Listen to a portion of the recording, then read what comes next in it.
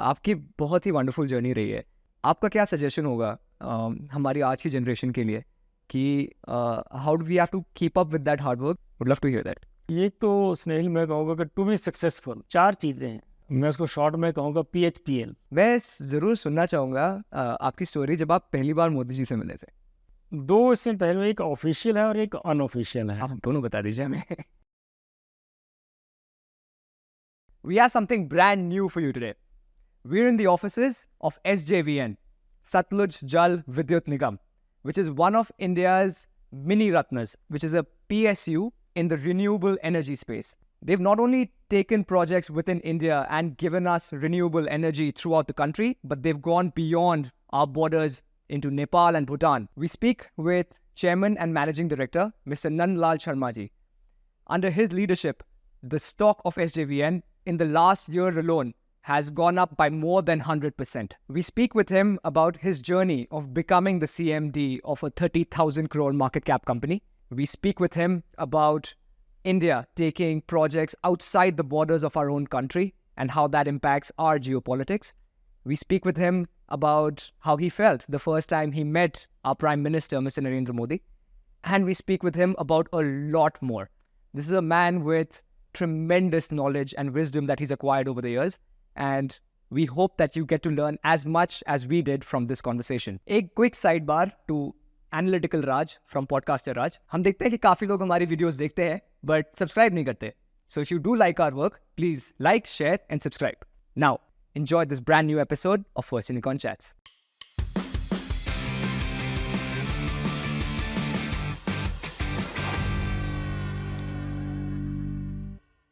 Sir, thank you for being here. Welcome to First Unicorn Chats. Welcome Snehil.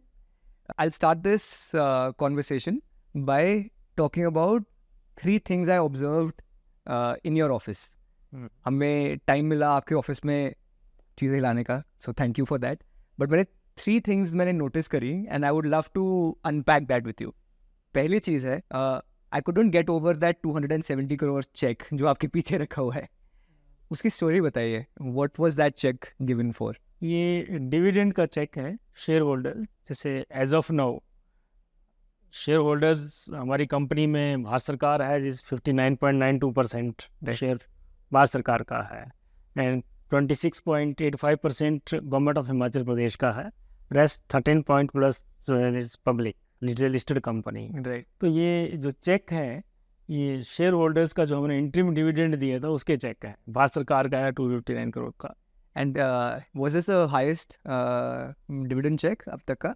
Highest dividend check इस साल जैसे हमने दिया है कुछ 670 करोड़ के करीब डिविडेंड दिया है total all the share holders. इससे पहले हम 1100-1200 करोड़ तक भी डिविडेंड दे चुके हैं। राइट. अब डिपेंड करता है कि जैसे हमारे number of projects in construction में तो कैपिटल की रिक्वायरमेंट ज़्यादा है, तो हम जो डिविडेंड है वो शेयर होल्डर्स का कम, लेकिन जो भारत सरकार के एक नॉर्म है कि आप प्रॉफिट आफ्टर टैक्स का 30% देंगे मिनिमम या 5% ऑफ नेटवर्थ, तो हम उस क्राइटेरिया को मीट करते हैं। Wonderful. And I will come back to this entire conversation about shareholder value. पर अभी मैं दूसरी चीज़ पे आता हूँ. मेरी दूसरी ऑब्जर्वेशन, बिल्कुल SJVN का यहाँ पे एक कैलेंडर है जहाँ पे आपका विजन लिखा हुआ है, विच इज़ 2023 में 5,000 मेगावाट, 2030 में 25,000 मेगावाट एंड 2040 में 50,000 मेगावाट. बिल्कुल। इसके थ्रू आप हमें SJVN के बारे में थोड़ा सा बताइए और उस विजन के बारे में बताइए. सबसे पहले तो मैं ये बताऊंगा कि 35 इयर्स हो चुके हैं SJVN की एग्जिस्टेंस को। 1988 में शुरू हुई थी SJVN एक प्रोजेक्ट बनाने के लिए। That was the 1500 megawatt Nathpa Jhakri project. जब 2003-4 में कंपनी ने, उस टाइम कंपनी का नाम भी NJPC था, नाथवा झाकड़ी पावर कॉरपोरेशन, जब ये बना लिया और ये कंट्री का लार्जेस्ट प्रोजेक्ट था हाइड्रो प्रोजेक्ट, और आज भी ये कंट्री का लार्जेस्ट हाइड्रो प्रोजेक्ट। तो उस टाइम जो हमारे इंजीनियर्स ने, लोगों ने इतना एक्सपीरियंस गेन कर लिया, तो भारत सरकार ने कहा, उस टाइम भी भारत सरकार की कंपनी JV है लेकिन एडमिनिस्ट्रेटिव कंट्रोल भारत सरकार का है, तो भारत सरकार ने फिर ये कहा कि अब आपने इतना एक्सपीरियंस गेन कर लिया है, अब हाइड्रो के क्षेत्र में आप और एक्सपेंड करिए अपने आप को। तो हमें सतलुज बेसिन में और प्रोजेक्ट जैसे रामपुर प्रोजेक्ट है, लूरी प्रोजेक्ट, ये सारे हमें मिले। और उसके बाद outside Himachal Pradesh also hydro project. then came the diversification not only in hydro but in other sectors. Then we entered into wind sector. Wind भी आज हमारे 2 प्रोजेक्ट विंड के हैं, एक महाराष्ट्र में है, एक गुजरात में है. देन थर्मल 2013 में हमने थर्मल प्रोजेक्ट भी बिहार सरकार ने हमें दिया. तो करते करते जैसे 2014 में हमारा एक और hydro project, Rampur hydro project commission हुआ. 2014 में एक wind project, Thirbare wind project Maharashtra में है, वो कमीशन हुआ. और जगह भी सर्वे इन्वेस्टिगेशन हम प्रोजेक्टों की कर रहे थे जो हमें अलॉट हुए थे. नेपाल, भूटान में भी हमें प्रोजेक्ट ऑफर्स हुए. तो ये देखते देखते जैसे 2017 में in December 2017 I took over as chairman and managing director. I thought कि लोगों के लिए एक लक्ष्य तो होना चाहिए, एक विज़न तो होना चाहिए कि हम कहाँ पहुँचना चाहते हैं. जस्ट एंडलेस या विदाउट एनी टारगेट हम नहीं चले. तो specifically I will say that it was the raising day in 2018, 24th May 2018. हमने लोगों के सामने एक लक्ष्य रखा उसमें कि हम 2023-24 तक 5000 मेगावाट की कंपनी बना देंगे. उस टाइम 1965 मेगावाट कैपेसिटी थी हमारी सिर्फ, और कोई 4000 मेगावाट के प्रोजेक्ट हमारे under different stages of development. तो हमने लक्ष्य रखा कि 2023-24 तक 5000 मेगावाट, और उसमें जो लक्ष्य 30 का रखा था 2030 का, वो 12,000 मेगावाट था, और 2040 का 25,000 मेगावाट था. लेकिन लोगों को एक ऐसा लगता था कि ये संभव नहीं है. और आज मैं अगर कहूँ कि हमारा टोटल पोर्टफोलियो 58,000 मेगावाट का है, जो हमें कुछ अलॉट हो चुके हैं, अलॉट होने हमारी किट्टी में. अब इनमें से ड्यू डिलीजेंस जो भी होगी, वायबल होंगे प्रोजेक्ट, वो टेकअप किए जाएंगे. मान लो मैं अपना लक्ष्य रखता हूँ कि हमारे पास कोई 1 लाख मेगावाट के प्रोजेक्ट होने चाहिए, तो ये 2040 तक उसमें से 50,000 मेगावाट संभव हो पाएंगे. राइट. बहुत ही कमाल का लक्ष्य है. एंड जैसे आप लोगों ने अचीव किया है, मैं 1 सेकंड के लिए पॉज करूँगा ताकि लोगों को ये हम समझाएं कि इवन 5000 मेगावाट होता क्या है, बिकॉज वरना तो लोगों को सिर्फ नंबर लगता है. आप हमें बड़े सिंपली बता सकते हो कि 5000 मेगावाट कितने देशों, कितने स्टेट्स को, कितनी जगहों को, कितनी इलेक्ट्रिसिटी सप्लाई कर सकता है, ताकि लोगों को अंदाज़ा लगे कि कितनी इलेक्ट्रिसिटी जनरेट कर रहे हैं. जिससे मैं आपको एक मोटा सा आइडिया दूं, इसमें हमारी कैपेसिटी है 2092 मेगावाट के करीब, 2100 मेगावाट समझिए. 2100 मेगावाट से हम करीब 9000 मिलियन यूनिट, यानी कि 9000 करोड़ यूनिट बिजली प्रोड्यूस कर रहे हैं. जब ये हमारा टारगेट अचीव हो जाएगा 5000 मेगावाट का, तो करीब हम 20,000 मिलियन यूनिट, यानी कि 2000 करोड़ यूनिट बिजली पैदा करेंगे. और अभी तक तो हमारे लॉन्ग टर्म के पावर परचेज एग्रीमेंट हैं करीब 10 स्टेट्स के साथ, राइट. और जिसमें नॉर्दर्न इंडिया के हिमाचल, हरियाणा, पंजाब, जम्मू कश्मीर, उत्तराखंड, उत्तर प्रदेश, राजस्थान, JNK ये हैं, दिल्ली भी है उसमें. और जो हमारे विंड प्रोजेक्ट है महाराष्ट्र, गुजरात में रेस्पेक्टिव स्टेट्स को दे रहे हैं. और जो दूसरे अब नए प्रोजेक्ट आ रहे हैं, अभी जो 5000 मेगावाट होना है, तो 2000 मेगावाट, 2100 मेगावाट के करीब तो अंडर ऑपरेशन है. 4500 मेगावाट के प्रोजेक्ट हमारे अंडर कंस्ट्रक्शन है. 16 प्रोजेक्ट भारत और नेपाल में, और ये करीब 12 स्टेटों में हैं इंडिया के, और एक नेबरिंग कंट्री नेपाल में है. वंडरफुल. मैं तीसरी चीज़ पे आता हूँ, जो मैंने तीसरी चीज़ ऑब्जर्व करी. मैं आपकी CSR हैंडबुक पढ़ रहा था, एंड उसमें हमारे झांकड़ी प्रोजेक्ट के बारे में है, जो 1500 मेगावाट्स का प्रोजेक्ट है. एंड वो भी बहुत सारे स्टेट्स को आज के टाइम पे इलेक्ट्रिसिटी प्रोवाइड करने के उस पे है. मैंने ये भी पढ़ा कि झांकड़ी का जो पूरा प्रोजेक्ट था, उसमें जो टाउन है झांकड़ी का, that was built through the Indian government and because of this project. आप हमें उसके बारे में थोड़ा बताएंगे? हाँ, ये नाथपा झांकड़ी, जैसे नाथपा वहाँ पर हमारा डैम है, किन्नौर डिस्ट्रिक्ट में पड़ता है, और झांकड़ी जो है वो शिमला डिस्ट्रिक्ट में पड़ता है, वहाँ हमारा पावर हाउस है. दोनों के एक अंडरग्राउंड टनल है 27.2 किलोमीटर की, वो जोड़ती है.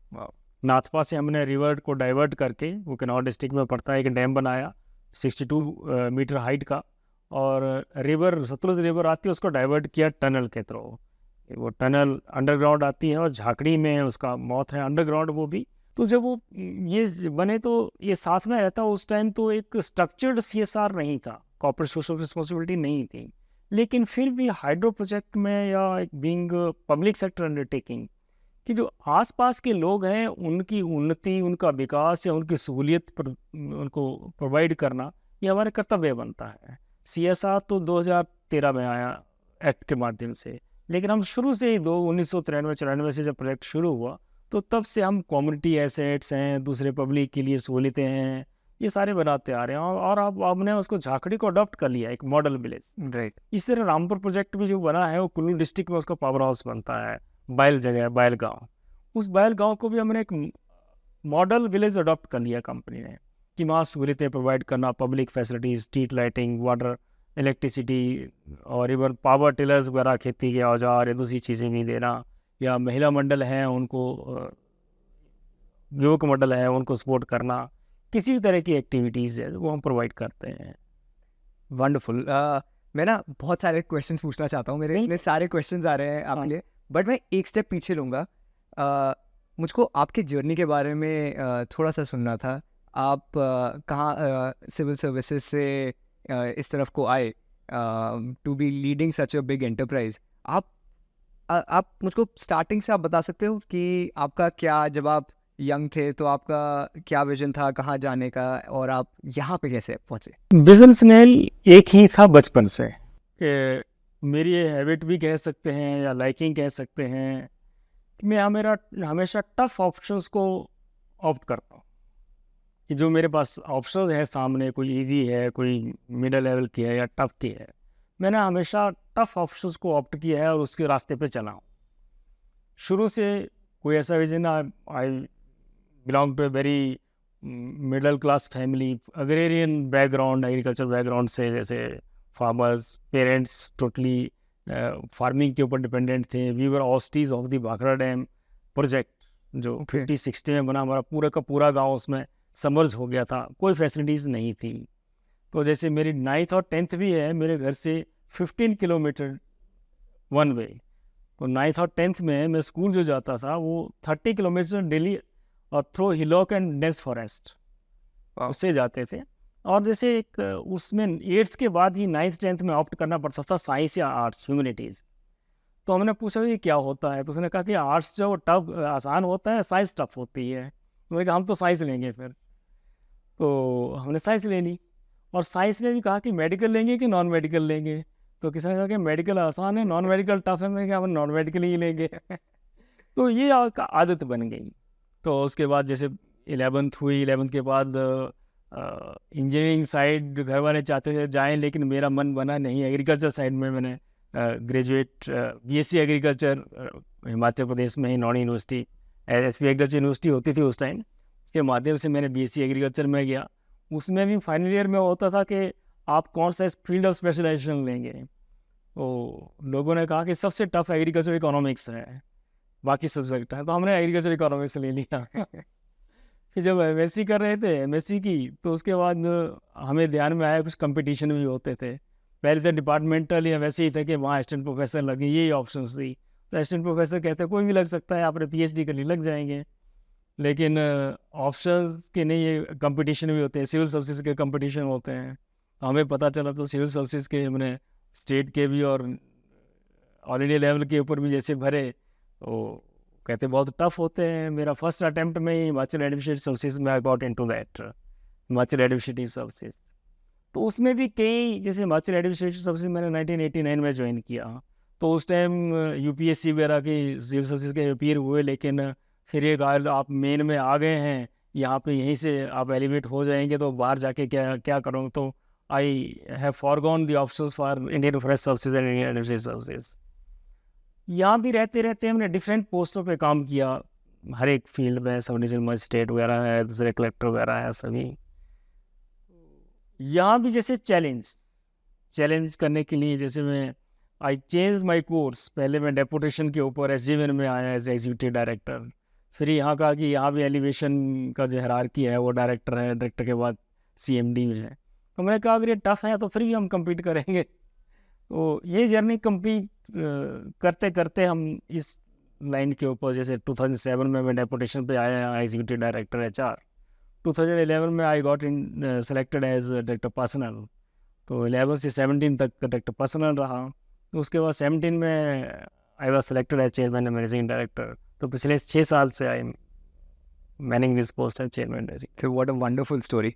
एंड क्या मैं कह सकता हूँ कि अब आपने जो इतने बड़े टारगेट्स लिए हैं और you know for the company and even the government pushing ahead, I think आपके जैसे लोग ही चाहिए, वरना इतने बड़े टारगेट्स अचीव करना इज़ नो स्मॉल फीट। मैं इसी पॉइंट पे ना, मैं आपको जब बोलते हुए सुन रहा था तो मुझे बहुत ज़्यादा झलक आई हमारे प्राइम मिनिस्टर की, क्योंकि उनको भी टफ़ चीज़ें करने में मज़ा आता है, टफ़ चीज़ें which have a long term impact on a huge number of people. मैं ज़रूर सुनना चाहूँगा आपकी स्टोरी जब आप पहली बार मोदी जी से मिले थे। 2 इससे पहले, एक ऑफिशियल है और एक अनऑफिशियल है। आप दोनों बता दीजिए हमें। अनऑफिशियली जो मैं मिला था वो 1998 में मिला था। तो उसमें मोदी जी प्रभारी थे हिमाचल प्रदेश भाजपा के। मैं चीफ मिनिस्टर ऑफिस में पोस्टेड था, deputy secretary to chief minister and deputy secretary general administration. Cabinet meeting चली हुई थी, वो पीटरहाफ में थी, और मोदी जी उसमें हिमाचल प्रदेश से शिमला में पीटरहाफ है, वहाँ एक रूम में रुके थे। तो उनके साथ जो प्रोटोकॉल के लिए पोस्टर थे, उन्होंने कहा कि आओ आपको मोदी जी से मिलाते हैं। मैं गया और मोदी जी से मिला तो उन्होंने बताया कि नंदलाल शर्मा हैं, ऐसे ऐसे प्रशासनिक सेवा के अधिकारी हैं। और फिर मोदी जी ने पहले ही मेरे से प्रश्न किया कि मिस्टर शर्मा आप ये बताएं, उनके हाथ में डायरी थी और पेन भी था। कौन सा ईयर है? 1998 1998 का। तो मिस्टर शर्मा ये बताए कि अधिकारियों की सरकार से क्या अपेक्षा होती है, क्या एक्सपेक्टेशंस होती है, क्या चाहते हैं सरकार से। मैंने उनको ये कहा कि अधिकारी लोग 99.9% काम करना चाहते हैं विदाउट एनी ब्रांडिंग और एफिलिएशन। किसी पार्टी से अधिकारी कोई बिलोंग नहीं करता है, लेकिन कई बार तत्कालीन परिस्थितियों के कारण उनको ब्रांड कर दिया जाता है कि किसी भी पोस्ट पे, कोई इंपॉर्टेंट पोस्ट पे पोस्टेड है तो लोग कहते हैं कि इस पार्टी की से एलिजेंस है। लेकिन ज़्यादातर अधिकारी काम करना चाहते हैं, उनको काम दें। जो पिछली सरकार के समय में कोई अच्छे पदों के ऊपर अधिकारी थे और उनकी परफॉर्मेंस अगर अच्छी रही है तो अगली सरकार भी उनको अच्छा पोस्टिंग दे और काम करवाए उनसे। केवल उनको ऐसे साइड लाइन की पोस्टिंग पे बैठा दिया जाता है और कोई काम नहीं लिया जाता। उन्होंने पूरी नोट की ऐसी चीज़ें, और मुझे लगता था जैसे वो गुजरात के चीफ मिनिस्टर बने, उन्होंने वही जाकर उन चीज़ों का प्रयोग भी किया। उसके बाद कोई 1.5 घंटा बातचीत चली, काफ़ी मुद्दे उसके ऊपर, हिमाचल प्रदेश में कैसे कर सकते हैं, टूरिज़्म कैसे बढ़ सकता है आगे, हिमाचल की इनकम को और कैसे बढ़ा सकते हैं, और कई गवर्नेंस से, एडमिनिस्ट्रेशन से संबंधित होते रहे। तो ये तो एक अनऑफिशियल टॉक थी उनके साथ। आपका क्या पहला इम्प्रेशन क्या था जब आप अनऑफिशियल कॉन्वर्सेशन से निकले थे? मेरा तो ये था कि जिसको कहते हैं कि स्ट्रेट टू द बिजनेस, कोई और चीज़ हाल चाल नहीं पता किया उन्होंने, क्या कहाँ से बिलोंग करते हैं, क्या करते हो, क्या नहीं करते हो। सिर्फ उतनी कि ये प्रशासनिक सेवा के अधिकारी हैं, और उसके बाद उन्होंने सीधा प्रश्न कि आप, तो ये इतना अच्छा इम्प्रेशन कि कोई नेता उस टाइम तो प्रभारी थे हिमाचल प्रदेश के, ना मुख्यमंत्री थे ना प्रधानमंत्री थे उस टाइम, तो उन्होंने उसमें किया। और ऑफिशियल जो मेरा था वो सबसे पहले इनसे मुलाकात, जो नेपाल में हम 900 मेगावाट का प्रोजेक्ट कर रहे हैं अरुण 3। तो 2018 में 11 मई की बात है, उसका फाउंडेशन स्टोन ले होना था काठमांडू से। तो दोनों प्रधानमंत्री, भारत के प्रधानमंत्री मोदी जी और नेपाल के प्रधानमंत्री उसमें के KP शर्मा ओली जी, दोनों ने जॉइंटली उसको फाउंडेशन स्टोन रखना था। तो पहले एक जॉइंट प्रेस कॉन्फ्रेंस थी वहाँ काठमांडू के होटल में, और वहीं पे मॉडल प्रोजेक्ट का रखा हुआ था। तो उस मॉडल को मैंने एक्सप्लेन करना था to both the prime ministers. तो उसमें बाकी कोई नहीं थे, उसमें मीडिया था सामने देख रहा, एक बड़े कमरे में मॉडल रखा था। तो मैंने कोई 10 मिनट दोनों प्रधानमंत्रियों को मॉडल समझाया कि कैसा कैसे प्रोजेक्ट बनेगा, क्या होगा। और दोनों ही प्राइम मिनिस्टर्स ने उसको बड़ी, जिसको कहते हैं, माइन्यूटली देखा और समझा, बीच में प्रश्न भी किए, और एंड में मोदी जी ने एक ही प्रश्न, एंड का जो लास्ट का प्रश्न था उनका कि CMD साहब कंप्लीट कब करोगे। मैंने कहा जी इसकी कंप्लीशन की डेट है फरवरी 25, मैं उससे पहले ही कोशिश करूंगा इसको कंप्लीट करने की, और हमारे पूरे प्रयास है कि फरवरी 2025 से पहले हम उस प्रोजेक्ट को कंप्लीट कर देंगे। और अब वो प्रोजेक्ट की क्या काफ़ी एडवांस स्टेज पे है। पहले तो हमने उसको 23-24 में ही कंप्लीट करने का, लेकिन कुछ जियोलॉजिकल सरप्राइजेस आए हैं उसमें, लेकिन फिर भी हम फरवरी 2025 से पहले हम 2024 में उसको कंप्लीट करने के हमारा टारगेट है। राइट। आपने बहुत इंटरेस्टिंग स्टोरीज दी हैं मोदी जी के बारे में, but I move to the next part which is आपने मेंशन किया कि हमारा नेपाल के साथ प्रोजेक्ट था, राइट? अब इन सिचुएशंस में जो बाहर का कॉमन जनता है उनको ये एक जियोपॉलिटिकल एंगल भी होता है of investing, India investing over there, हमारे संबंध कैसे होते हैं उनके लिए, और इलेक्ट्रिसिटी क्यों जनरेट करते हैं। आप थोड़ी सी हमको इंसाइट देंगे about why do we as India go and set up projects in countries outside of India. पहले तो जो शुरुआत हुई थी इस चीज़ की, नेपाल ने ही इंटरनेशनल कॉम्पिटिटिव बिडिंग के ऊपर कुछ प्रोजेक्ट ऑफर किए थे कि कोई भी compete करे आके यहाँ बनाए प्रोजेक्ट। तो जियोलॉजिकली और जियोग्राफिकली अगर मैं कहूँ, जियोग्राफिकली इंडिया को सूट करता है नेपाल में प्रोजेक्ट बनाना, क्योंकि नेपाल से तो पहले हमारी लैंडलाइन बाउंड्रीज जो हैं, सरफेस बाउंड्रीज कनेक्ट करती हैं। यहाँ आना जाना नेपाल वालों का इंडिया वालों का नेपाल, कोई वीज़ा नहीं चाहिए।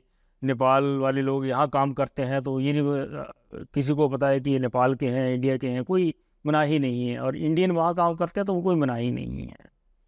तो उसमें जब ऑफ़र किया 2008 में, तो उसमें की जो मैनेजमेंट थी उन्होंने, भारत सरकार ने कहा कि SJVN अब इतना कॉम्पिटेंट और एक्सपीरियंस्ड हो चुका है, आप इन प्रोजेक्टों में ट्राई करिए। तो दी देन मैनेजमेंट ने वो बिड किया, और बिड के माध्यम से एक अरुल 3 प्रोजेक्ट नेपाल का उसको लिया। लेकिन उसके बाद लंबा समय हाइड्रो प्रोजेक्ट के लिए लगता है, उसकी DPR बनना, दूसरी क्लियरेंसेस होना, सारी चीज़ें कैसे कैसे रहेगा, प्रोजेक्ट डेवलपमेंट एग्रीमेंट साइन होना। तो एक तो इंडिया के लिए सूट करता है, और नेपाल के लिए भी कि नेपाल की जो पावर सेल होगी तो नियरेस्ट मार्केट इंडिया ही है। अदरवाइज़ और नेबरिंग कंट्रीज़ हैं, भूटान है, बर्मा है, बांग्लादेश है, ये जो कंट्रीज़ हैं, तो इनमें अपनी अपनी कई दिखते हैं, वहाँ भी बिजली की समस्या है, लेकिन इनमें भी डेवलपर कोई ऐसे नहीं है। तो जिसे हमने प्रोजेक्ट लिया, और दूसरा हमें ज़रूरत भी है इंडिया को। पहले तो अभी तो इंडिया नेपाल को पावर एक्सपोर्ट करता है, बॉन्ड एक्सिट होता है तो उनको एक्सपोर्ट करता है उनके रिक्वायरमेंट के लिए।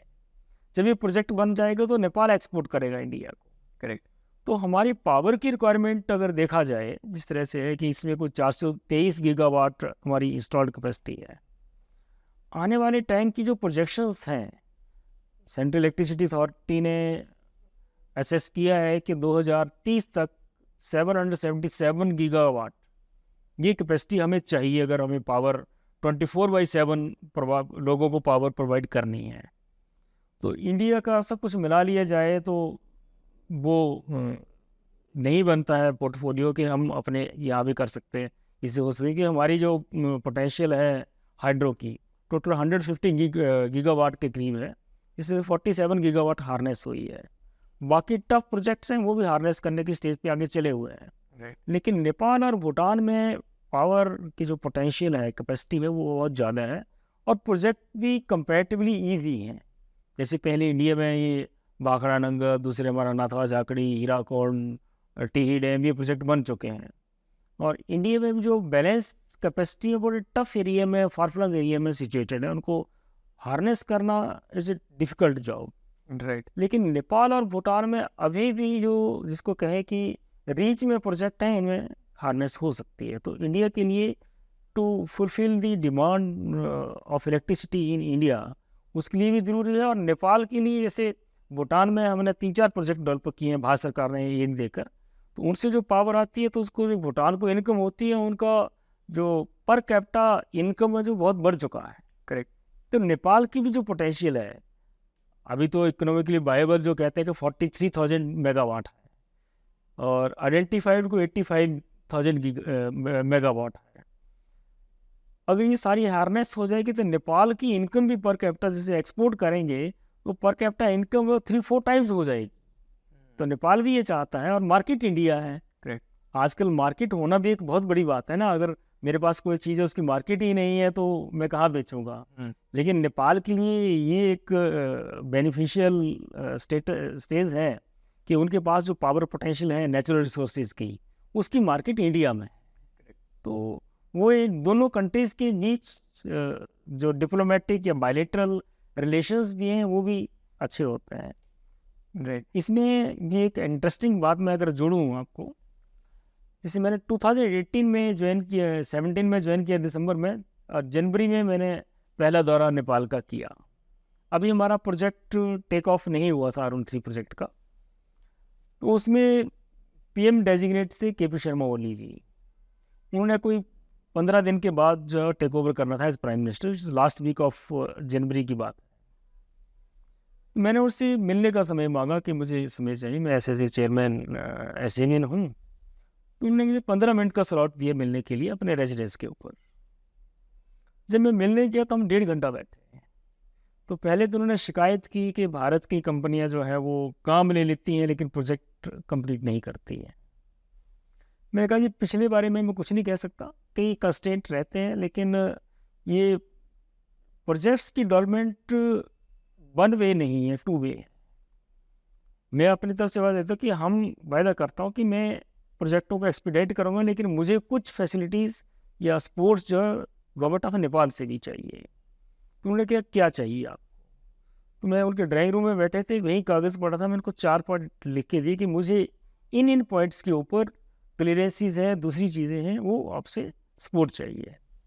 यू विल नॉट बिलीव, मैं भारत या वापस आया, उन्होंने as prime minister take over किया और पहली कैबिनेट मीटिंग में उन चारों बिंदुओं के ऊपर वो सारे एड्रेस किए और मेरे को अपने फाइनेंस मिनिस्टर से फ़ोन करवाया कि मिस्टर शर्मा को कहें कि हमने अपना कमिटमेंट पूरी कर दी, अब आप अपनी कमिटमेंट पूरी करें। क्या बात, वेरी नाइस। और वो उसके बाद इतने जैसे हमने इतना फास्ट काम चलाया उसका पूरे नेपाल में। अब हमें सतलुज वाले कहते हैं कि सतलुज वाले, कि सतलुज वालों को देखिए कितना फास्ट काम करते हैं। वंडरफुल। हमने उनकी विजिट भी कराई बाद में साइट के ऊपर। हर एक प्राइम मिनिस्टर, दूसरे लोग, local people, they are very much कहते हैं impressed with the work of SJVN. बाकी को भूल गए हैं।